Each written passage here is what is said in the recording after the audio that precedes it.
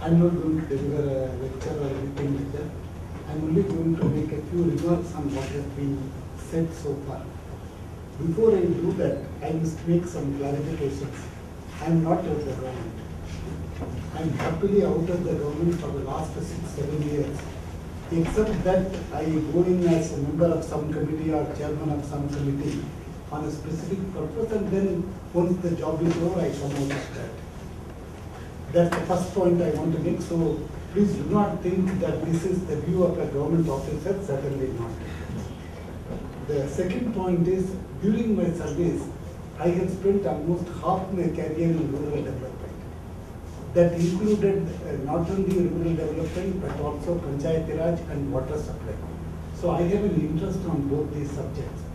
After leaving the government, I am very much in the NGO sector, working with Mairada. So I visit practically 1 or 2 villages at least every month. So my strength comes from going to the villages and talking to the people, and not from any other literature, either from government or from the other sectors. So having said this, see, there are 2-3 things which we need to ask. In my view, water is something which people will certainly demand. If there is no water supply in a village, maybe the villager may tolerate for a day or 2, but not beyond that. In a city, if there is no water supply, it creates a serious crisis right up to the government. So water is a very important thing where there is a demand. In the case of Panchayati Raj, it is not a demand. If the panchayats are closed to tomorrow morning, probably most of us in this room will not even notice that. When you go to the village, maybe they will think that we had a panchayat and now for some reason it is closed. You don't know why. So that is it. There is a main difference between water and Panchayat Raj. So when we look at what panchayats can do for water, actually what we are saying is whether it will have a positive impact or not, the presence or absence of a panchayat. That is one. The second point is the reservations within the panchayat. What is going to be its impact on drinking water supply? Now let us deal with the first point. If there have been no panchayats, what would have happened? In several states, even today, it is the public health engineering department which takes the responsibility of providing water right down to the village.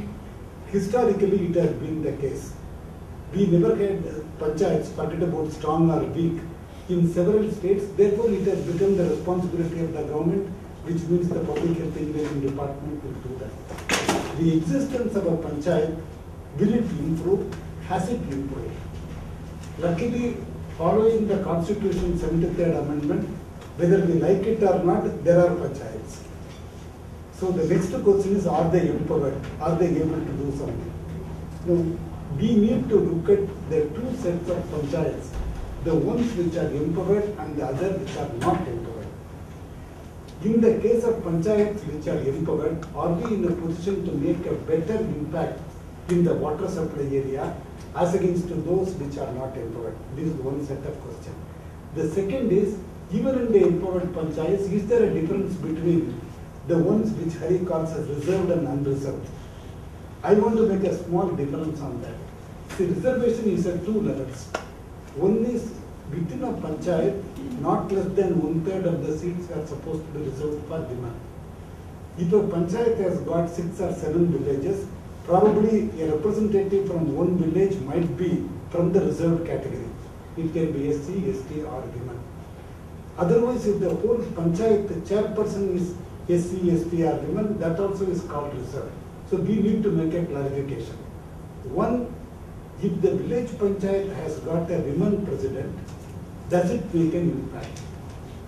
Second, in a ward, if there is going to be a village panchayat member who comes from the general category or from the reserved category, does it make a difference?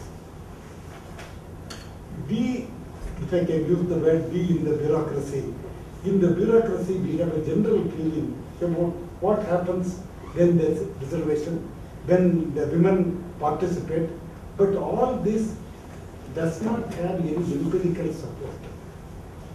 the problem with the bureaucrat is that we don't have so much of time to do research and analysis. And unfortunately, people like you who do a lot of research to water. The two things which I would still like Mr. Nagarajan and his team to do is that are we stopping only with water? Can we get into sanitation also? Whether we can prove what exactly is happening in the villages, village panchayats headed by women, does it have an impact on sanitation? Why I am asking is this. In the case of water, even if there is a man president or a woman president, you have to provide water. There will be a fight for water. Whereas in the case of sanitation, nobody is going to fight for sanitation. It is like panchayats. If there is no toilet, nobody is really worried about it. Can we really take this exercise little further? Can we cover the sanitation also? If there is a women panchayat president, or if there is a ward reserved for women, is there any improvement in the provision of individual toilets in that area? Does it give any material improvement in the living conditions of the village? That is something which we can go forward. That is one. Second, with reference to water, availability is something different from the sustainability of water and also the equity in distribution. Whether these two things happen in the women-headed panchayats, we will provide water. Whether it's a question whether it is done by the PHED or by the panchayat. Maybe the maintenance also can be done by the PHED or by the panchayat. It is common sense and it is proved by his research also that when the panchayats take interest, certainly there is a better availability of water. But does it reach the question of equity? Can we say that within the village panchayat, the distribution to everybody gets improved if it is managed by the panchayat as well as the management by the state or the state department? That is one question which probably we need to answer, the equity. The second point is, can we say the source is sustained and the system is sustained if it is with the panchayat better rather than when it is with the state?